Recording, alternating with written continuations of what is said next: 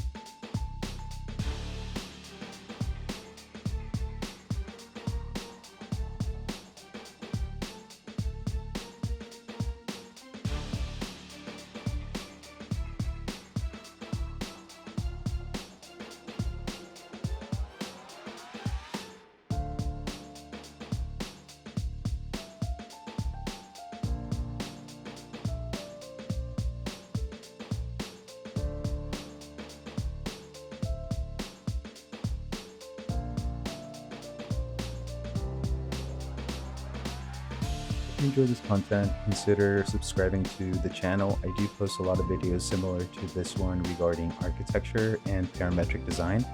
And I also do have some Skillshare and Udemy courses if you want to see that in the description. Also, if you want to contact me directly, I do have an email down there for you to send me an email with any questions or anything. And like I said, thank you for watching, and I hope to see you next time.